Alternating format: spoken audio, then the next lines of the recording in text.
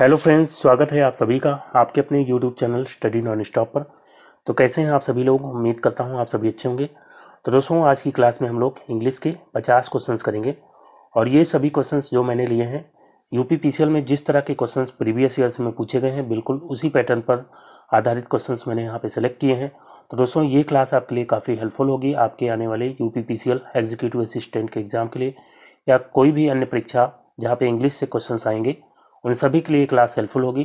तो दोस्तों, वीडियो को लास्ट तक देखिएगा और अगर आपको वीडियो अच्छा लगे तो एक लाइक ज़रूर करिएगा और अपना स्कोर भी आप कमेंट में बताइएगा। 50 में से कितने क्वेश्चंस होते हैं वो आपको कमेंट में ज़रूर बताना है। तो दोस्तों, आइए शुरुआत करते हैं। सबसे पहले आपको यहाँ पे दिया गया है improve the underline part of sentence if required. यहाँ पे सेंटेंस दिया गया है और इसमें कुछ पार्ट अंडरलाइन है, इसको इम्प्रूव करना है अगर यहाँ पे इम्प्रूवमेंट की ज़रूरत है तो दिया गया है the sparrow took no notice about the bread. तो यहाँ पे क्या हो जाएगा? नोटिस अबाउट यहाँ पे सही है या इसकी जगह पे नोटिस ऑफ होगा या नोटिस फ्रॉम या नोटिस टू या नो इम्प्रूवमेंट। तो दोस्तों, यहाँ पे जो है इसका राइट आंसर हो जाएगा option A, notice of. Notice of, किसी चीज़ पर ध्यान देने के लिए जो है नोटिस के साथ प्रीपोजिशन आती है ऑफ। तो यहाँ पे नोटिस अबाउट की जगह क्या हो जाएगा? Notice of. The sparrow took no notice of the bread, यानी कि स्पैरो ने ब्रेड पर कोई ध्यान नहीं दिया। तो ए ऑप्शन यहाँ पे बिल्कुल राइट आंसर हो जाएगा। फिर दोस्तों, अगला क्वेश्चन लेते हैं। अगला है, अब आपको यहाँ पे दिया गया है as he spoke about his achievements his high claims amused us. तो दोस्तों, यहाँ पे क्या होगा? हाई यहाँ पे अंडरलाइन है, क्या यहाँ पे हाई सही है या फिर इसकी जगह पे बिग या टॉल या लॉन्ग या कोई इम्प्रूवमेंट नहीं? तो दोस्तों, यहाँ पे जो है इसका राइट आंसर हो जाएगा ऑप्शन बी, टॉल। जब कोई व्यक्ति कोई स्टोरी सुनाता है और वो स्टोरी बहुत लंबी है या कोई क्लेम करता है और वो बहुत ऊंचा दावा है, तो उसके लिए जो है टॉल वर्ड का यूज होता है। तो यहाँ पे टॉल हो जाएगा option B. As he spoke about his achievement, जैसे ही वो अपने अचीवमेंट्स के बारे में बोला, हिज हाई क्लेम्स यानी कि उसके ऊंचे दावों ने, अम्यूज्ड अस हमारा मनोरंजन किया। तो बी ऑप्शन यहाँ पे राइट आंसर होगा, टॉल। फिर दोस्तों, नेक्स्ट क्वेश्चन है, अब दिया गया है we ought to stand in for what is right. तो यहाँ पे स्टैंड इन, ये जो है यहाँ पे ऑप्शन दिया गया है stand at, stand on, stand up या नो इम्प्रूवमेंट। तो क्या होगा यहाँ पे? तो दोस्तों, यहाँ पे इसका राइट आंसर होगा ऑप्शन सी, स्टैंड अप।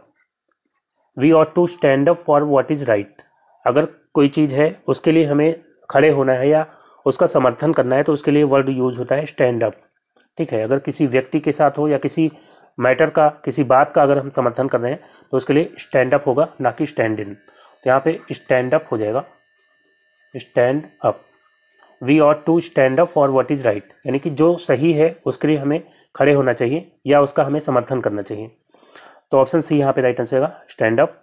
फिर दोस्तों, अगला क्वेश्चन है, he enjoys to tell stories to children. तो दोस्तों, यहाँ पे जो है टू टेल स्टोरीज, इसकी जगह पे क्या होगा? हाउ टू टेल स्टोरीज या टेलिंग स्टोरीज या टू नरेट स्टोरीज या कोई ज़रूरत नहीं है इम्प्रूवमेंट की। तो दोस्तों, यहाँ पे जो है इसका राइट आंसर हो जाएगा ऑप्शन बी, टेलिंग स्टोरीज। कुछ वर्ब्स होती हैं, उनके बाद अगर कोई वर्ब आती है तो वो हमेशा आईएनजी फॉर्म में होती है, यानी कि जीरन फॉर्म में होती है। तो उसमें से एक आपका इंजॉय हो जाता है और इसके अलावा भी कई वर्ब्स हैं जैसे कि इंजॉय या डिले या जो है फिनिश या एक्सक्यूज या फॉरगिव, अवॉइड या एडमिट, और भी कई वर्ब्स हैं। तो ये कुछ वो वर्ब्स हैं जिनके बाद अगर कोई तुरंत बाद अगर कोई वर्ब आएगी तो वो क्या होगी? वो आईएनजी फॉर्म में होगी।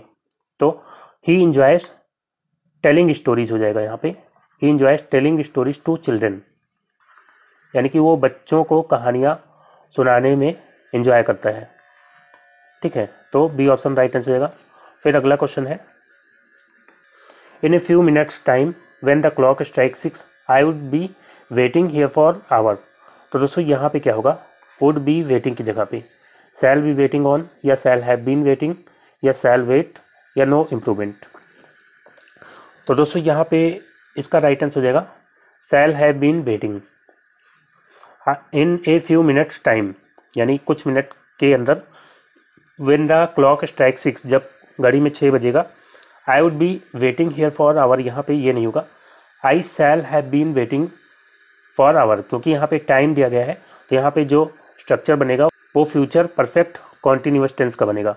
ठीक है, शैल हैव बीन वेटिंग यहाँ पे हो जाएगा, ऑप्शन बी यहाँ पे बिल्कुल राइट आंसर होगा। फिर दोस्तों नेक्स्ट क्वेश्चन है, अब आपको दिया गया है, in the following question out of 4 alternatives select the word similar in meaning to the given word.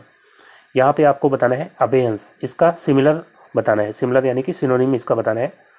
तो इसका जो है सिनोनिम क्या हो जाएगा, अबेयंस का मीनिंग क्या होता है, तो दोस्तों इसका मतलब होता है विलंब या ठहराव, विलंब या ठहराव या निलंबन हम कह सकते हैं, निलंबन। तो पहला ऑप्शन है कमेंसमेंट, कमेंसमेंट का मीनिंग क्या होता है, तो दोस्तों इसका मतलब होता है प्रारंभ, तो ये नहीं होगा।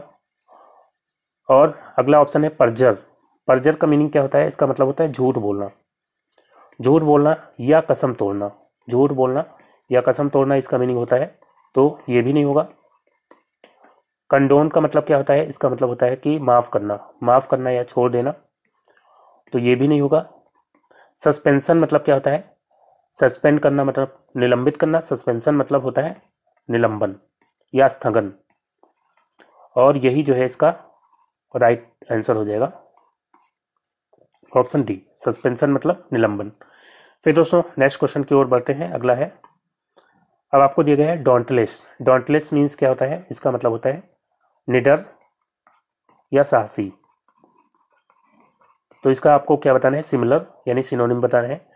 तो पहला ऑप्शन है ब्रेव, ब्रेव मतलब क्या होता है, साहसी, और यही जो है इसका राइट आंसर हो जाएगा, ऑप्शन ए ब्रेव।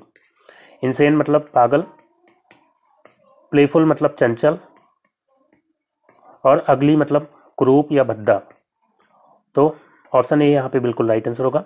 फिर बढ़ते हैं अगले क्वेश्चन की ओर, अगला है रिडंडेंसी, इसका भी आपको सिमिलर बताना है। तो दोस्तों रिडंडेंसी का मतलब क्या होता है, अतिरिक्तता, अतिरिक्तता यानी अधिकता, मतलब अगर कुछ फालतू हो तो उसके लिए क्या कहेंगे, रिडंडेंसी, अतिरिक्तता या बहुतायत भी कह सकते हैं। तो इसका आपको बताना है क्या होगा सिनोनिम, एब्सेंस मतलब अनुपस्थिति, ये नहीं होगा। डर्थ मतलब क्या होता है, तो दोस्तों डर्थ मतलब होता है कि अकाल, अकाल या कमी जो है एक तरह की, तो ये भी नहीं होगा, ये तो अपोजिट जैसा हो जाएगा इसका। पॉजिटिव मतलब भी कमी होता है, ये भी नहीं होगा।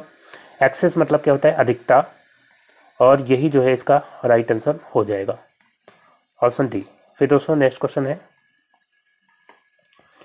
अब आपको यहाँ पे दिए गए हैं इनहिबिटर, इनहिबिटर का मतलब क्या होता है, अवरोध, अवरोध उत्पन्न करने वाला, अवरोध पैदा करने वाला या रुकावट डालने वाला। ठीक है, तो इसका यहाँ पे आपको बताना है सिनोनिम क्या होगा। एडवोकेट मतलब क्या होता है, एडवोकेट अगर नाउन की बात करें, एडवोकेट नाउन के फॉर्म में, तो एडवोकेट मतलब वकील होता है, और वर्ब के रूप में जो है एडवोकेट का मतलब क्या होता है, तो इसका मतलब होता है कि समर्थन करना, किसी चीज़ का समर्थन करना। सब्सिडी मतलब आप सभी को पता होगा, अनुदान। अवॉइडेंस मतलब क्या होता है, तो अवॉइडेंस मतलब होता है टाल मटोल, टाल मटोल या जो है वर्जन, मतलब किसी चीज़ को वर्जित कर देना, वर्जन। तो यही जो है इसका राइट आंसर हो जाएगा, ऑप्शन सी अवॉइडेंस। कंपनसेशन का मतलब क्या होता है, इसका मतलब मुआवजा होता है, मुआवजा या क्षतिपूर्ति, तो ये नहीं हो सकता, तो यहाँ पे सी ऑप्शन ही हो सकता है, अवॉइडेंस। फिर दोस्तों नेक्स्ट क्वेश्चन लेते हैं, अगला है, तो दोस्तों अब आपको दिया गया है मेजरेबल, और इसका यहाँ पे आपको क्या बताना है, अपोजिट, एंटोनिम आपको बताना है मेजरेबल का। मेजरेबल मीन्स क्या होता है, दयनीय या दुखी, तो इसका क्या हो जाएगा, होपलेस मतलब क्या होता है, निराश, ये नहीं होगा। चेयरफुल मतलब प्रसन्न चित्त, प्रसन्न चित्त। माइजरली मतलब क्या होता है, माइजरली मतलब कंजूस, और लोनली मतलब अकेला, तो यहाँ पे क्या हो सकता है इसका, तो दोस्तों प्रसन्न चित्त या चेयरफुल हो जाएगा मेजरेबल का एंटोनिम, ऑप्शन बी। फिर दोस्तों अगले क्वेश्चन की ओर चलते हैं, नेक्स्ट है, अब यहाँ पे आपको दिए गए हैं सौगी, सॉगी मीन्स क्या होता है, इसका मतलब होता है गीला, गीला या आर्द्र। तो यहाँ पे डैम्प मतलब भी गीला होता है, ड्राई मतलब सूखा, और अपोजिट इसका यही हो जाएगा ऑप्शन बी ड्राई। पूल मतलब क्या होता है, छोटा सा तालाब। मॉइस्ट मतलब नम। तो ये जो है यहाँ पे बी ऑप्शन बिल्कुल राइट आंसर हो जाएगा। फिर नेक्स्ट क्वेश्चन लेते हैं, अगला है select the correctly spelled word. यहाँ पे लीजर वर्ड दिया गया है, इसमें से किस की स्पेलिंग सही है वो आपको बताना है। तो सबसे पहले यहाँ पे दिया गया है ये लीजर, LEISOUR, और ये जो है गलत हो जाएगा। यहाँ पे इसकी सही स्पेलिंग जो होगी लीजर की वो ऑप्शन सी हो जाएगा, LEISURE। ठीक है, बाकी इसके अलावा ये तीनों गलत है। इसका मीनिंग क्या होता है, इसका मीनिंग होता है अवकाश या खाली समय। ठीक है, तो सी ऑप्शन बिल्कुल राइट आंसर होगा। फिर दोस्तों नेक्स्ट क्वेश्चन है, अब आपको यहाँ पे दिया गया है डिस्क्रिपेंसी, इसमें से सही स्पेलिंग वाला आपको बताना है कौन सा है। डिस्क्रिपेंसी, इसका मीनिंग होता है दोस्तों विसंगति या भिन्नता, विसंगति या भिन्नता। तो इसमें से कौन सा होगा जिसकी स्पेलिंग सही है। तो यहाँ पे जो है इसकी स्पेलिंग होगी DI से, DI और SCREPENCY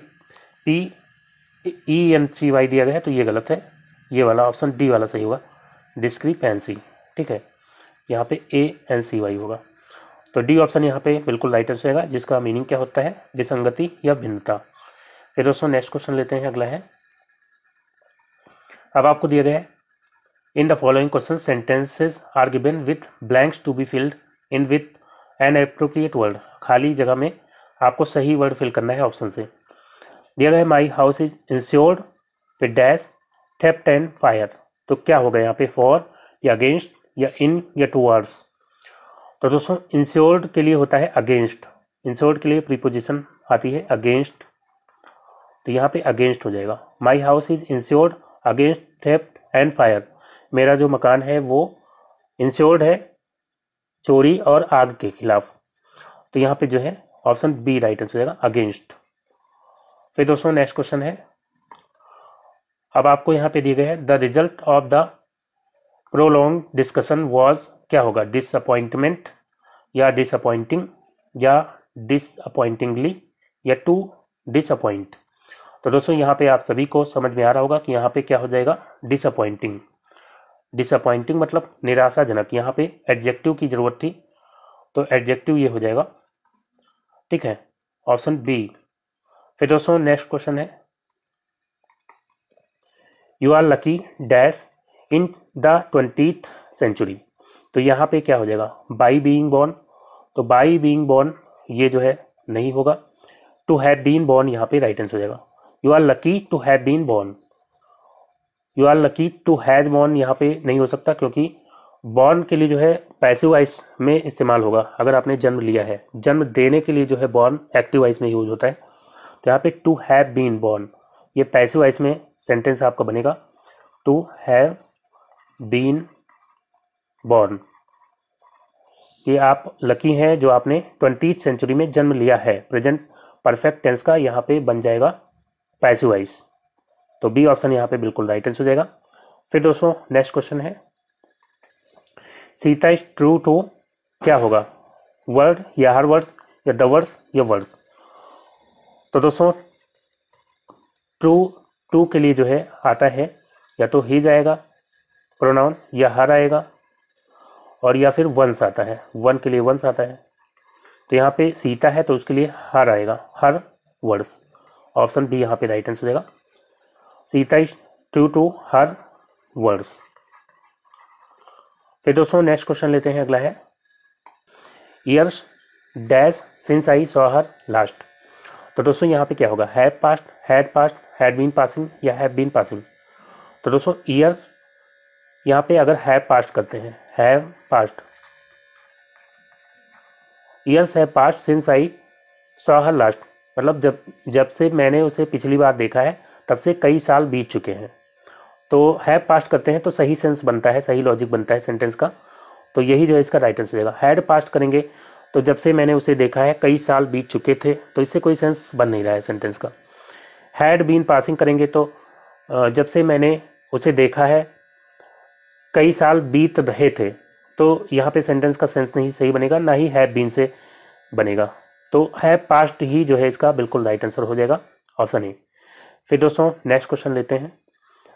rearrange the parts of sentence in correct order. यहाँ पे सेंटेंस दिए गए हैं, इनको करेक्ट ऑर्डर में अरेंज करना है ताकि एक मीनिंगफुल सेंटेंस बन सके। तो दिया गया है दे had seen enough of the, तो ये अपनी जगह पे रहेगा। इसके बाद क्या हो सकता है, इसके बाद अगर हम एक्स को लेते हैं, they had seen enough of the, उसके बाद them to come a step further, तो यहाँ पे इसके बाद इसका कोई सेंस बन नहीं रहा है। तो एक्स वाला जो है आप एलिमिनेट कर दीजिए, एक्स से जहाँ पे शुरुआत हो रही है, तो सी और डी जो है यहाँ पे एलिमिनेट हो जाएगा। They had seen enough of the desert already and no number, इसके बाद हम क्या ले सकते हैं, नो नंबर देम, तो यहाँ पे ये सेंस बनेगा नहीं, नो नंबर ऑफ हो सकता है, no number of knives would have tempted, तो यानी कि वाई और फिर जेड फिर एक्स।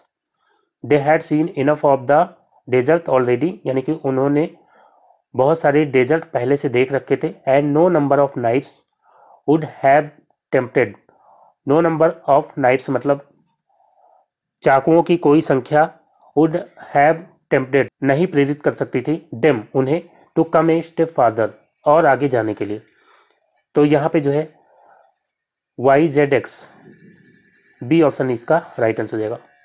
फिर दोस्तों नेक्स्ट क्वेश्चन है, name the figure of speech in the following line. यहाँ पे आपको फिगर ऑफ स्पीच का नाम बताना है। दिया गया है the more hast the less speed, यानी कि जितना जल्दी करते हैं हम उतना ही जो है स्पीड कम होती है। तो यहाँ पे कौन सा हो जाएगा, सिमली, सिमली में जो है कंपेरिजन होता है, इसमें एज या लाइक जैसे वर्ड आते हैं, तो ये तो यहाँ पे नहीं होगा। मेटाफर में भी कंपेरिजन होता है, लेकिन इसमें एज या लाइक जैसे वर्ड नहीं आते हैं, तो यहाँ पे कोई कंपेरिजन नहीं किया जाता है, तो यहाँ पे ये भी नहीं होगा। आयरनी, इसमें व्यंग किया जाता है, तो यहाँ पे ऐसा कुछ नहीं है। एपीग्राम यहाँ पे राइट आंसर हो जाएगा। एपीग्राम का मीनिंग क्या होता है, एपीग्राम मतलब होता है आइडिया या विचार। तो एपीग्राम फिगर ऑफ स्पीच में क्या होता है, किसी आइडिया को हम किसी के सामने चतुराई से या प्रभावशाली तरीके से या मजाकिया तरीके से प्रस्तुत करते हैं, तो वहाँ पे एपीग्राम होता है। तो यहाँ पे आप देखेंगे द मोर हास्ट, जितना हम जल्दी करते हैं, द लेस स्पीड, किसी बात को जो है एक प्रभावशाली तरीके से कहा गया, मतलब जितना हम जल्दी करते हैं स्पीड उतनी कम हो जाती है। जल्दी करते हैं तो गलतियाँ होती हैं, और गलतियाँ होंगी तो जाहिर सी बात है स्पीड कम हो जाएगी। तो इस बात को एक प्रभावशाली तरीके से कह दिया गया, इसलिए यहाँ पे एपीग्राम हो जाएगा। फिर दोस्तों नेक्स्ट क्वेश्चन लेते हैं, name the figure of speech in the following line. यहाँ पे आपको फिगर ऑफ स्पीच फिर से बताना है। दिया गया है वॉइस विल बी वॉइस, तो यहाँ पे कौन सा फिगर ऑफ स्पीच हो जाएगा, एपीग्राम या पर्सोनिफिकेशन या लिटोटिस या मेटोनिमी। तो दोस्तों इसका राइट आंसर हो जाएगा ऑप्शन डी, मेटोनिमी। मेटोनिमी में क्या होता है, इसमें हम किसी चीज़ के नाम को उस नाम से बदल देते हैं जिससे वो निकटता से संबंधित होता है। जैसे कि क्राउन बोल देते हैं, द क्राउन बोल देते हैं किंग को, क्राउन मतलब ताज, तो ये जो है किंग से संबंधित होता है, और किंग के लिए हम क्राउन वर्ड का इस्तेमाल करते हैं। या जो है द बेंच बोल देते हैं जजेस के लिए, जजेस ने फैसला सुनाया, या हम बोल देते हैं बेंच ने फैसला अपना सुनाया। तो यहाँ पे क्या हो जाता है, मेटोनिमी। इसी तरह यहाँ पे दिया गया है बॉयज़ विल बी बॉयज़। अब यहाँ पे ये जो बॉयज़ है, इसका मतलब बॉयज़ नहीं है, इसका मतलब कि उनकी जो शरारतें होती हैं उसके लिए यूज़ किया गया है। बॉयज़ विल बी बॉयज़, उनकी जो क्वालिटीज़ है उसको एक नाम दे दिया गया बॉयज़। तो बॉयज़ के अंदर बहुत सारी क्वालिटीज़ होती हैं, किसी को भी मान लीजिए वो नॉटी होते हैं, शरारती होते हैं, तो उसके लिए यहाँ पे बोल दिया गया boys, boys will be boys, लड़के लड़के ही रहेंगे। तो ऑप्शन डी यहाँ पे राइट आंसर आएगा, मेटोनिमी। फिर दोस्तों नेक्स्ट क्वेश्चन लेते हैं, अगला है। अब आपको यहाँ पे दिया गया है in the following question out of 4 alternative choose the one which can be substituted for the given words और सेंटेंस। इन वर्ड्स के लिए आपको एक वर्ड बताना है, यानी वन वर्ड सब्सटीट्यूशन का क्वेश्चन हो जाएगा। तो दिया गया है मानिया फॉर ट्रेबल। मानिया का मतलब होता है उन्माद, मतलब किसी चीज़ के पीछे बहुत ज़्यादा आदमी पागल हो तो उसको कहते हैं मानिया। तो यहाँ पे जो है ट्रेबल के लिए अगर किसी को मानिया है तो उसके लिए एक वर्ड क्या होगा, ड्रोमोमानिया। तो दोस्तों यही इसका राइट आंसर होगा। ड्रोमोमानिया का मतलब होता है भ्रमणो उन्माद। अगर हिंदी में कहेंगे तो भ्रमणोन्माद। तो जिसको ट्रेवल करने का बहुत ज़्यादा मानिया हो तो उसको क्या कहते हैं, ड्रोमोमानिया, उसके लिए वर्ड होता है। हाइपोमानिया मतलब क्या होता है, तो हाइपोमानिया का मतलब होता है किसी काम के लिए बहुत ज़्यादा एनर्जेटिक हो जाना या जो है बहुत ज़्यादा कॉन्फिडेंट रहना, उसको कहते हैं हाइपोमानिया। मेगालोमानिया का मतलब क्या होता है, तो दोस्तों इसका मतलब होता है अहंकारोन्माद। इसमें जो है बहुत ज़्यादा आदमी अहंकार में रहता है, वो अपने आप को सबसे ज़्यादा समझता है, अहंकारोन्माद, अपने आप को बहुत ज़्यादा महान समझता है, बहुत ज़्यादा समझता है, तो उसको कहते हैं, इस रोग को कहते हैं मेगालोमानिया। और फिर दिए गए निम्फोमानिया, तो ये जो है फीमेल्स के लिए होता है, जिनमें जो है बहुत ज़्यादा सेक्सुअलिटी होती है, काम वासना, तो उसके लिए जो है वर्ड होता है निम्फोमेनिया। तो ऑप्शन यहाँ पे ए राइट आंसर हो जाएगा, ड्रोमोमानिया। फिर दोस्तों नेक्स्ट क्वेश्चन है, one who has suddenly gain new wealth, power और प्रेस्टीज। तो दोस्तों यहाँ पे जो है इसके लिए एक वर्ड हो, क्या होगा, one who suddenly gain new wealth, यानी कि अगर कोई व्यक्ति नई नई संपत्ति पाया है या शक्ति पाया है तो उसके लिए वर्ड क्या हो जाएगा, इगोटिस्ट मतलब क्या होता है, अहमवादी, अहमवादी, तो ये नहीं होगा। इम्पोस्टर मतलब होता है ढोंगी, पाखंडी, ढोंगी, ये भी नहीं होगा। परवेन्यू जो है इसका राइट आंसर हो जाएगा, परवेन्यू मतलब नई नई जिसके अंदर नवाबी आई है, नया रईस, ज़मीन वमीन बेचा है और पैसा आ गया है, अब उसके भाव नहीं मिल रहे हैं, उड़ रहा है को, तो उसके लिए जो है परवेन्यू वर्ड होता है। ऑप्शन सी। स्कलरी मतलब क्या होता है, तो दोस्तों स्कलरी मतलब होता है बर्तन धोने की जगह, बर्तन साफ करने की जगह, बर्तन साफ करने की जगह। तो सी ऑप्शन यहाँ पे राइट आंसर होगा, परवेन्यू। फिर दोस्तों नेक्स्ट क्वेश्चन है, the clandestine copying and distribution of literature banned by the state. तो क्लैंडेस्टीन इसका मतलब क्या होता है, गुप्त, क्लैंडेस्टीन कॉपिंग मतलब गुप्त तरीके से नकल उतारना, एंड डिस्ट्रीब्यूशन और उसको डिस्ट्रीब्यूट करना, of literature banned by the state, तो ऐसा लिटरेचर जो कि सरकार के द्वारा बैन किया गया है उसकी गुप्त तरीके से नकल करना और उसको डिस्ट्रीब्यूट करना। इसके लिए एक वर्ड क्या हो जाएगा, पहला ऑप्शन है वेंटन, वेंटन मतलब क्या होता है, प्रचंड, तो ये नहीं होगा। ब्रेजन मतलब बेशर्म, ये भी नहीं होगा। फ्लैग्रेंट मतलब क्या होता है, इसका मतलब होता है खुला, तो ये भी नहीं होगा। राइट आंसर क्या हो जाएगा, ऑप्शन डी, सैमिज डैट। सैमिज डैट का मतलब क्या होता है कि गुप्त तरीके से लिटरेचर जो कि सरकार के द्वारा बैन किया गया है उसको कॉपी करना और उसका डिस्ट्रीब्यूशन करना, तो डी ऑप्शन यहाँ पे राइट आंसर हो जाएगा, सैमिज डैट। फिर दोस्तों नेक्स्ट क्वेश्चन है, the farming of A theory और कंजेक्चर विदाउट फर्म एविडेंस, बिना किसी पुख्ता सबूत के एक थ्योरी या कंजेक्चर मतलब अनुमान का निर्माण करना। तो यहाँ पे इसके लिए एक वर्ड क्या होगा, वेरिफिकेशन मतलब क्या होता है, वेरीफाई मतलब प्रमाणित करना, वेरिफिकेशन मतलब प्रमाणीकरण या प्रमाणीकरण, और सबस्टेंटिएशन इसका मतलब भी यही होता है, प्रमाणीकरण। और अगला ऑप्शन है स्पेकुलेशन, स्पेकुलेशन मतलब होता है परिकल्पना, परिकल्पना या अनुमान, और यही जो है इसका बिल्कुल राइट आंसर हो जाएगा, ऑप्शन सी। अटेस्टेशन, तो अटेस्ट कराना भी प्रमाणित कराने जैसा ही होता है, तो ये भी नहीं होगा, तो यहाँ पे सी ऑप्शन राइट आंसर हो जाएगा, स्पेकुलेशन। फिर दोस्तों नेक्स्ट क्वेश्चन है, find out which part of sentence has an error, sentence के किस पार्ट में एरर है, अगर कोई एरर नहीं है तो आपका आंसर क्या होगा, ऑप्शन टी। तो दोस्तों यहाँ पे दिया गया my friend was habitual to drive a car at very high speed.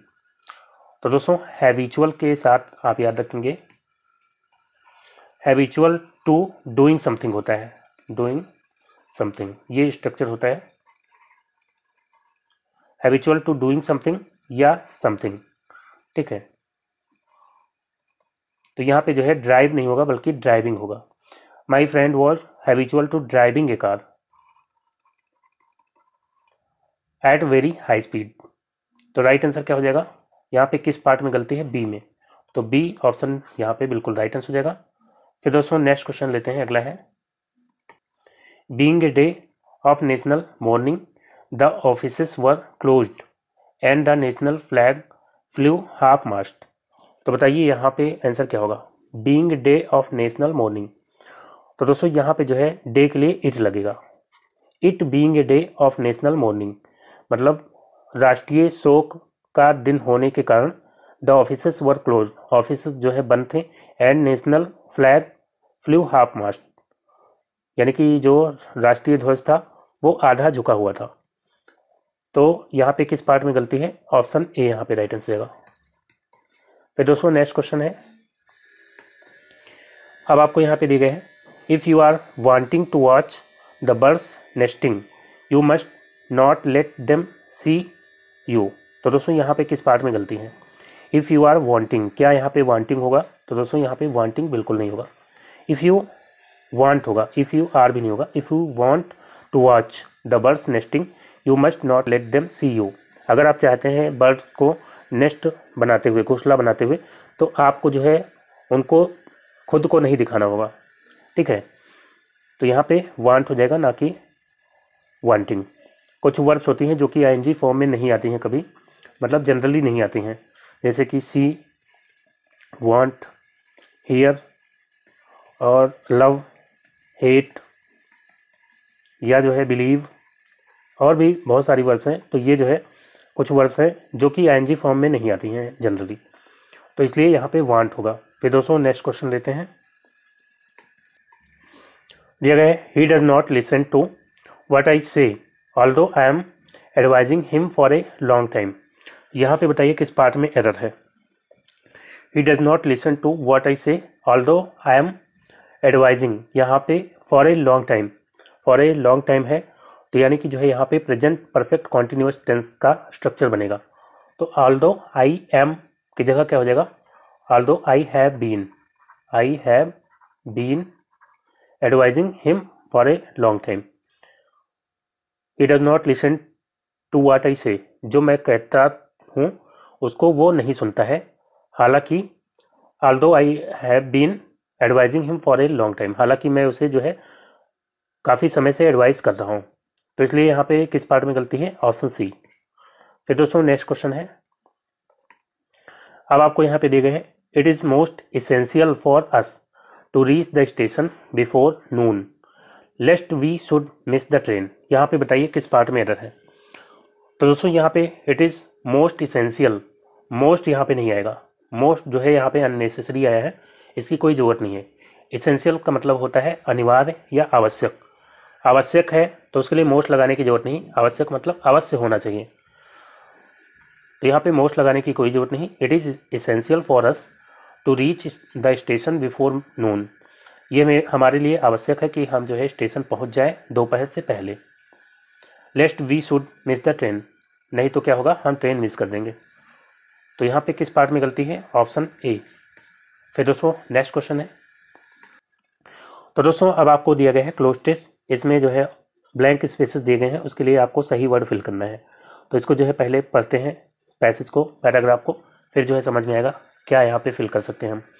दिया गया है, it is not dash to ignore all allegations of booth capturing and rigging as murmurs of, यहाँ पे जो है डैश दिया गया है, तो इट इज़ नॉट यहाँ पे क्या हो जाएगा? रियलिस्टिक, रिलायबल, रिक्वायर्ड या इसेंशियल। इसेंशियल मतलब आवश्यक, रिक्वायर्ड मतलब भी जरूरी होता है, रिलायबल मतलब भरोसेमंद, रियलिस्टिक मतलब वास्तविक। तो यहाँ पे जो है रियलिस्टिक अगर हम करते हैं तो सेंटेंस का सही सेंस बनेगा रियलिस्टिक।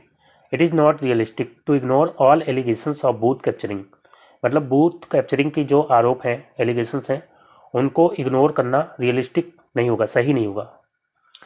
एंड रिगिंग, और जो रिगिंग मतलब होता है हेरा फेरी, यानी बूथ कैप्चरिंग और हेरा फेरी के आरोपों को इग्नोर करना ये सही नहीं होगा।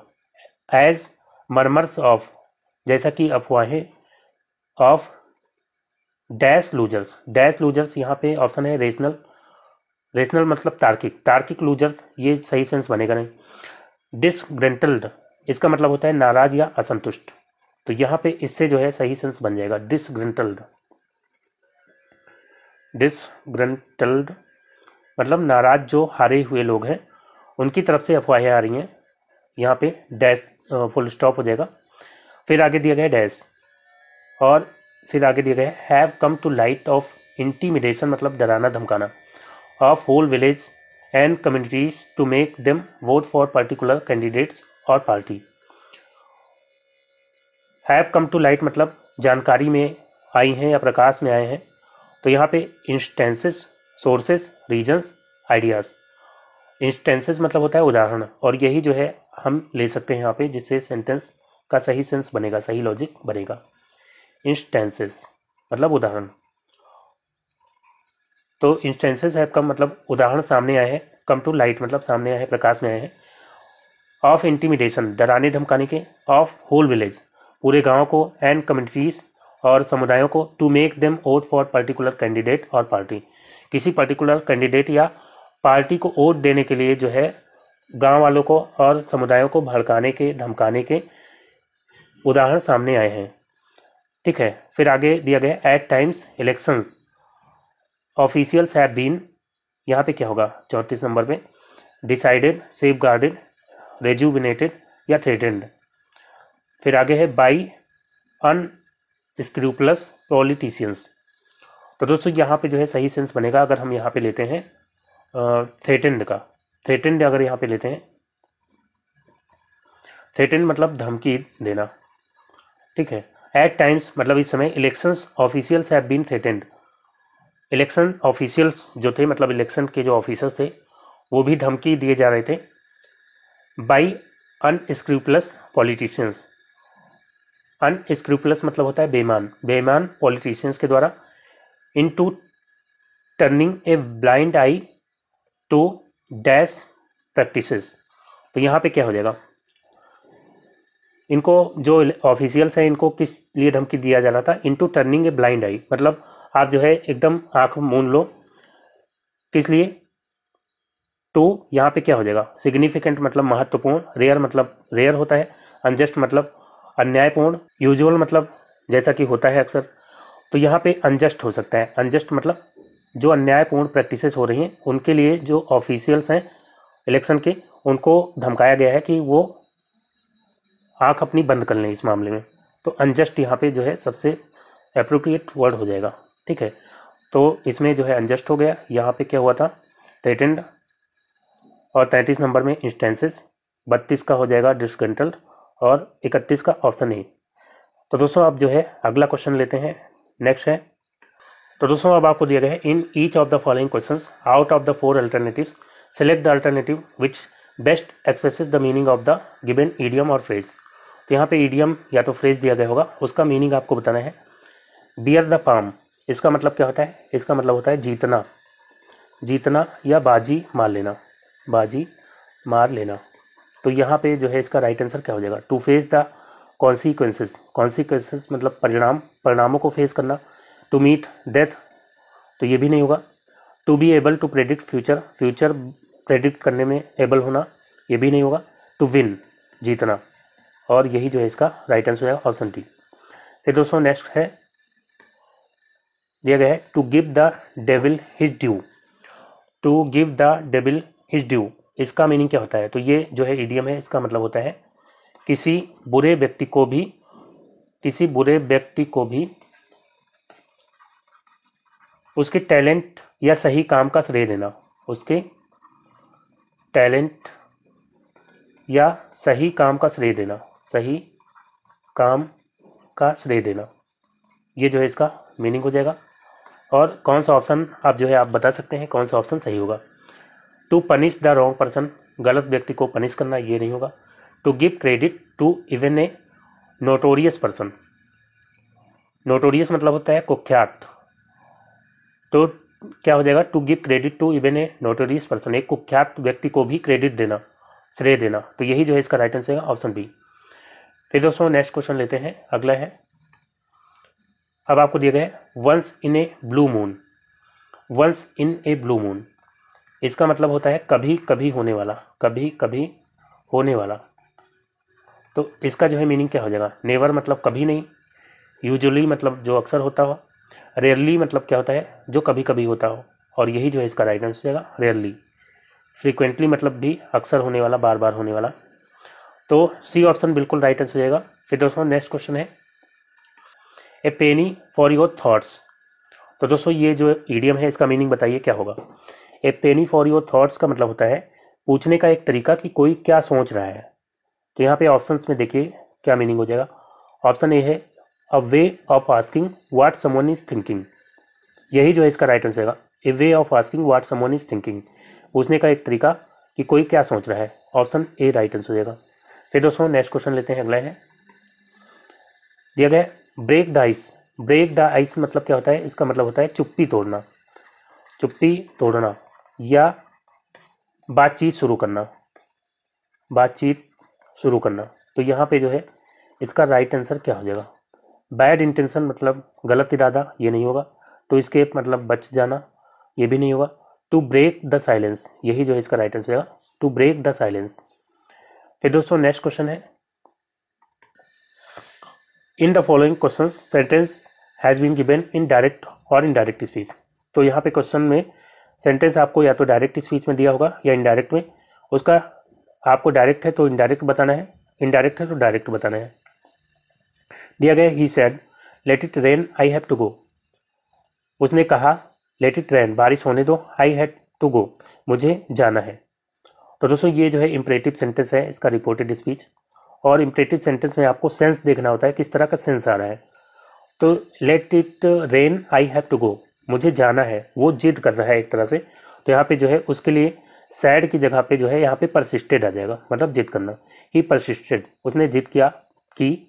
ही डिड नॉट केयर, यहाँ पे टेंस बदल जाएगा, यहाँ प्रेजेंट टेंस है तो यहाँ पास्ट टेंस हो जाएगा। ही did not care for the rain, यानी कि वो बारिश की परवाह नहीं करता है, वो कह रहा है बारिश होने दो, यानी कि बारिश की परवाह नहीं करता है। And had to go, have to का बन जाएगा हैड टू गो, और यही जो है इसका राइट आंसर हो जाएगा। इसके अलावा यहाँ पे दिए गए he said that rain can't stop him to go out, ये नहीं होगा, यहाँ पे सैड आया है, यहाँ एक्सक्लेम्ड आया है, यहाँ सैड। परसिस्टेड जो है यहाँ पे सेंस के अनुसार परसिस्टेड होगा, और यही जो है इसका राइट आंसर हो जाएगा, ऑप्शन ए। फिर दोस्तों नेक्स्ट क्वेश्चन लेते हैं, अगला है how smart you are she said, उसने कहा तुम कितने स्मार्ट हो। तो यहाँ पे ये सेंटेंस एक्सक्लामेटरी सेंटेंस है, और यहाँ पे एक्सक्लामेटरी साइन भी लगा है, तो इसका जो है इनडायरेक्ट कैसे बनाएंगे। पहला ऑप्शन है सी से exclaim that I am smart, तो यहाँ पे एम नहीं हुआ क्योंकि रिपोर्टिंग वर्ब ये जो है पास्ट टेंस में है, तो ये भी पास्ट टेंस में हो जाएगा रिपोर्टेड स्पीच भी।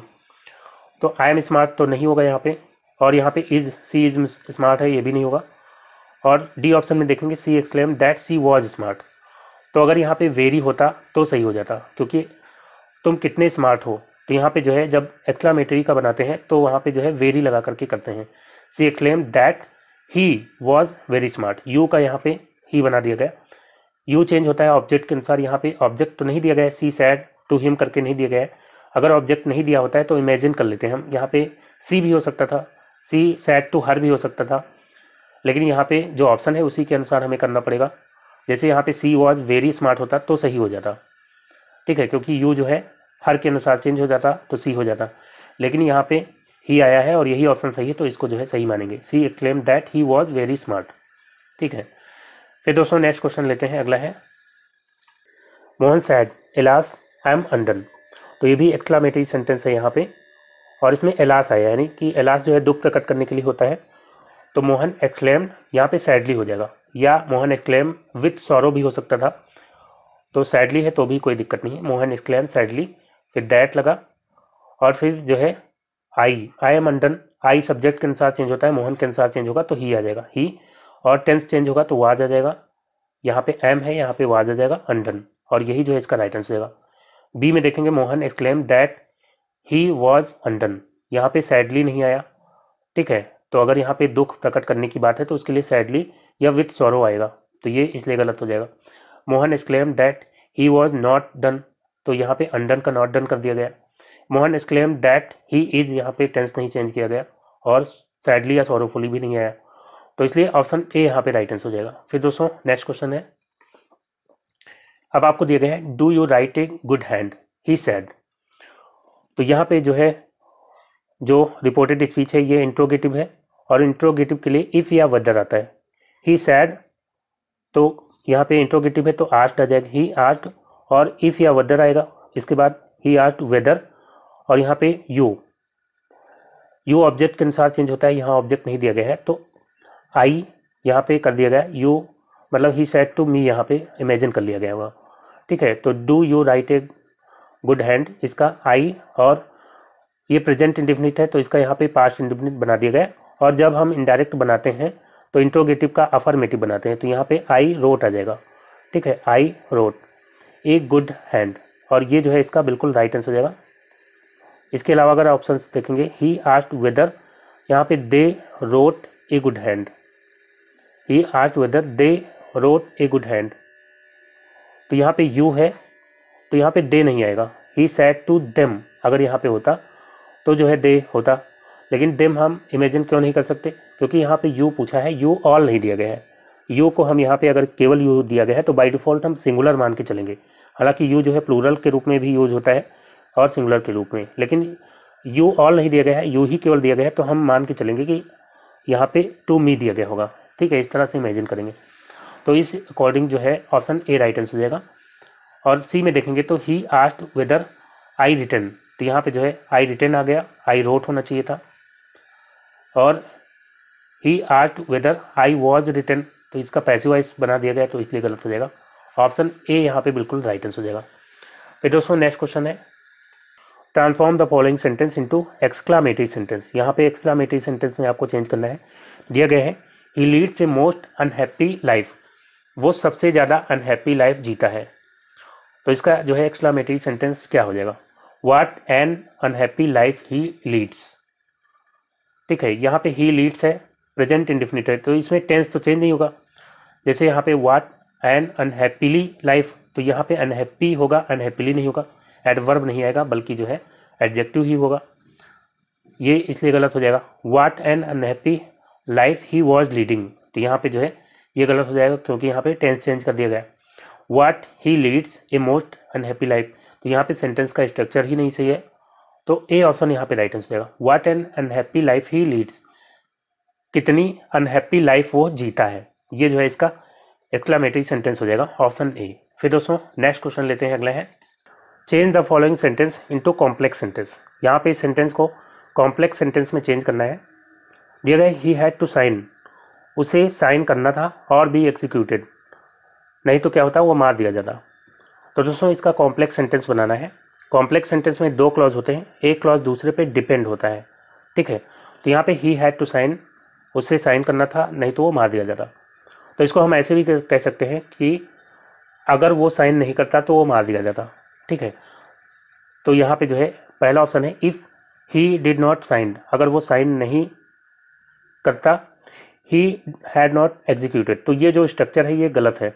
मैंने आपको बताया था कि जब हम इस तरह से कहते हैं कि अगर किसी ने ऐसा किया होता तो ऐसा हो जाता, तो उसके लिए हैड का यूज होता है। If he had not signed, यानी कि अगर वो साइन ना किया होता, ही वुड हैव, और हैड वाले केस में मैंने आपको बताया था वुड हैव का प्रयोग किया जाता है, तो he would have been executed, ये जो है इसका राइट आंसर होगा। अगर वो साइन ना करता, he would have been executed, वो मार दिया जाता। ठीक है, तो बी ऑप्शन इसका राइट आंसर होगा। और सी में दिया गया है, if he had not sign he would, यहाँ पे वुड नहीं होगा, वुड हैव होता है। और if he was signed he did not executed, तो ये भी गलत है, तो बी ऑप्शन बिल्कुल यहाँ पे राइट आंसर है। फिर दोस्तों नेक्स्ट क्वेश्चन को लेते हैं, अगला है, तो दोस्तों अब आपको दिया गया है, in the following questions a sentence has been given in active और पैसिव वॉइस। अब आपको सेंटेंस दिया गया होगा, या तो एक्टिव में होगा या पैसिव में। एक्टिव में है तो उसका पैसिव बताएंगे, और पैसिव में है तो उसका एक्टिव। दिया गया है, why did he defrauded you of your earnings, उसने आपको आपकी कमाई से धोखा क्यों दिया, तो इसका जो है पैसिव बताना है। यहाँ पे टेंस देखेंगे, वाई डिड ही डिफ्रॉड, तो ये जो है कौन सा टेंस है, पास्ट इंडेफिनिट है, और पास्ट इंडेफिनिट का जो है जब आप पैसिव बनाते हैं तो हेल्पिंग वर्ब आती है, वाज या वर आती है, वर्ब की थर्ड फॉर्म तो आएगी ही, और सब्जेक्ट जो है बाद में आ जाता है, बाई के बाद, बाई सब्जेक्ट और ऑब्जेक्ट पहले आ जाता है। तो इस तरह का स्ट्रक्चर आपको देखना है, बाकी एलिमिनेट कर देना है। यहाँ पे आप देखेंगे वर है, और यहाँ पे सब्जेक्ट क्या है, यू, सॉरी सब्जेक्ट क्या है, ही जो है बाद में आना चाहिए, यू पहले, तो वाई वर यू, यहाँ तक सही है। डिफ्रॉड, तो डिफ्रॉड जो है ये फर्स्ट फॉर्म है वर्ब की, यहाँ पे आप देखेंगे डिड के बाद फर्स्ट फॉर्म आता है, ये फर्स्ट फॉर्म है। ठीक है, तो इसका थर्ड फॉर्म होना चाहिए था, इसलिए गलत हो जाएगा। Why was he defrauded of his earning, तो यहाँ पे ही आ गया, बल्कि ऑब्जेक्ट पहले आना चाहिए था, यू, तो इसलिए गलत हो जाएगा। वाई डिड, यहाँ डिड ही आ गया। Why were you defrauded of your earnings by him, ये जो है बिल्कुल राइट आंसर हो जाएगा। फिर दोस्तों नेक्स्ट क्वेश्चन लेते हैं, अगला है do you not understand my meaning, क्या तुम मेरा मतलब नहीं समझते हो। कौन सा टेंस है, यहाँ पे प्रेजेंट इंडेफिनिट टेंस है, और इसका जब हम पैसिव बनाते हैं तो हेल्पिंग वर्ब क्या आती है, इज़, एम या आर जो है हेल्पिंग वर्ब आती है, वर्ब की थर्ड फॉर्म आती है। बाकी सभी को पता है ऑब्जेक्ट पहले आ जाएगा और सब्जेक्ट जो है बाद में चला जाएगा बाई के साथ, बाई प्लस सब्जेक्ट। तो यहाँ पे जो है प्रेजेंट इंडेफिनिट है, इसकी helping verb is, am, are ये पहले आ जाएगी क्योंकि सेंटेंस जो है इंट्रोगेटिव में है। इंट्रोगेटिव में हेल्पिंग वर्ब पहले आ जाती है, तो इज़ जो है माई मीनिंग ऑब्जेक्ट है, उसके अनुसार इज़ जो है हेल्पिंग वर्ब होगी क्योंकि ये सिंगुलर है। तो इज़ योर मीनिंग यहाँ पे दिए गए हैं, तो माई मीनिंग सब्जेक्ट है तो माई मीनिंग होना चाहिए, ये गलत हो जाएगा। Is my meaning understood by you, subject जो है यू है तो बाई यू आना चाहिए था, नहीं आया है, कोई दिक्कत नहीं है क्योंकि यहाँ पे ये अनइम्पॉर्टेंट सब्जेक्ट है, इसको हटा देंगे। ठीक है, तो ऑप्शन डी यहाँ पे राइट आंसर जाएगा, इज़ माई मीनिंग अंडरस्टूड। इसके अलावा और कोई ऑप्शन यहाँ पे सही नहीं होगा। फिर दोस्तों नेक्स्ट क्वेश्चन है I hope that I shall win the competition. तो दोस्तों यहाँ पे जो है ये एक्टिव वॉइस में है, इसका पैसिव बताना है। आई होप दैट मैं उम्मीद करता हूँ, आई शैल विन द कॉम्पिटिशन मैं कॉम्पिटिशन जीत जाऊँगा। तो दोस्तों यहाँ पे क्या हो जाएगा, आई होप दैट, तो इसका बन जाता है it is hoped, it is hope that the dance competition. यहाँ पे कॉम्पिटिशन है, यहाँ पे डांस कॉम्पिटिशन, सब में डांस दिया गया है तो यानी कि यहाँ पे टाइप नहीं हो पाया होगा, डांस यहाँ पे था। I hope that I shall win the dance competition, तो it is hope that the dance competition will be, तो शैल यहाँ पे है फ्यूचर इंडेफिनिट टेंस है, तो यहाँ पे जो है विल बी आ जाएगा। ठीक है, जब फ्यूचर इंडेफिनिट का पैसिव बनाते हैं तो क्या होता है, विल या शैल भी आ जाता है। ठीक है, तो यहाँ पे जो है विल भी आ जाएगा क्योंकि डांस कंपटीशन, इसके लिए शैल नहीं यूज होगा, विल भी आ जाएगा, विल बी ओन बाय मी, और यही जो इसका राइट आंसर आएगा। बाकी इसके अलावा winning the dance competition is hoped by me, ये गलत हो जाएगा। Dance competition winning is my hope, ये भी गलत होगा। The dance competition is hoped by, hope to be won, option A यहाँ पे बिल्कुल राइट आंसर आएगा। फिर दोस्तों नेक्स्ट क्वेश्चन है rearrange the parts of sentence in correct order. यहाँ पे आपको सेंटेंस दिए गए हैं, इनको जो है रीअरेंज करना है ताकि एक मीनिंगफुल सेंटेंस बन सके। दिया गया है द स्टेटमेंट, इसके बाद हम क्या ले सकते हैं, यहाँ पे देखिए ऑप्शंस में एस सब में शुरुआत में दिए गए हैं और एक में आर दिया गया है। तो आर को अगर लेते हैं the statement in order to understand, मतलब समझने के क्रम में, और इसके बाद अगर हम आर अगर लेंगे तो एस लेना पड़ेगा। स्टेटमेंट समझने के क्रम में will be made just once, एक बार will be made just once, सिर्फ एक बार बताया जाएगा या किया जाएगा, तो ये जो है सेंस बन नहीं रहा, तो यानी कि आर वाला गलत हो जाएगा। एस को लेते हैं द स्टेटमेंट, मतलब कि statement will be made just once, एक बार बताया जाएगा या दिया जाएगा, हम कह सकते हैं स्टेटमेंट सिर्फ एक बार दिया जाएगा। ठीक है, और इसके बाद हम क्या ले सकते हैं, अगर हम इसके बाद पी को लेते हैं क्योंकि दो ऑप्शन में पी है, therefore you must listen carefully, इसलिए आपको ध्यान से सुनना होगा, तो यहाँ पे सेंस सही बन रहा है। एस के बाद जो है पी अगर हम लेंगे एस पी, और इसके बाद क्या ले सकते हैं, therefore you must listen carefully, इसलिए आपको ध्यान से सुनना होगा। What the speaker has said in order to understand, you must listen carefully मतलब आपको ध्यान से सुनना होगा समझने के क्रम में, इन ऑर्डर टू अंडरस्टैंड, इसके बाद आर ले सकते हैं और फिर जो है क्यू को लेना पड़ेगा। तो इस तरह जो है बन जाएगा the statement will be made just once, मतलब स्टेटमेंट सिर्फ एक बार दिया जाएगा, इसलिए यू मस्ट लिसन केयरफुली, आपको ध्यान से सुनना होगा।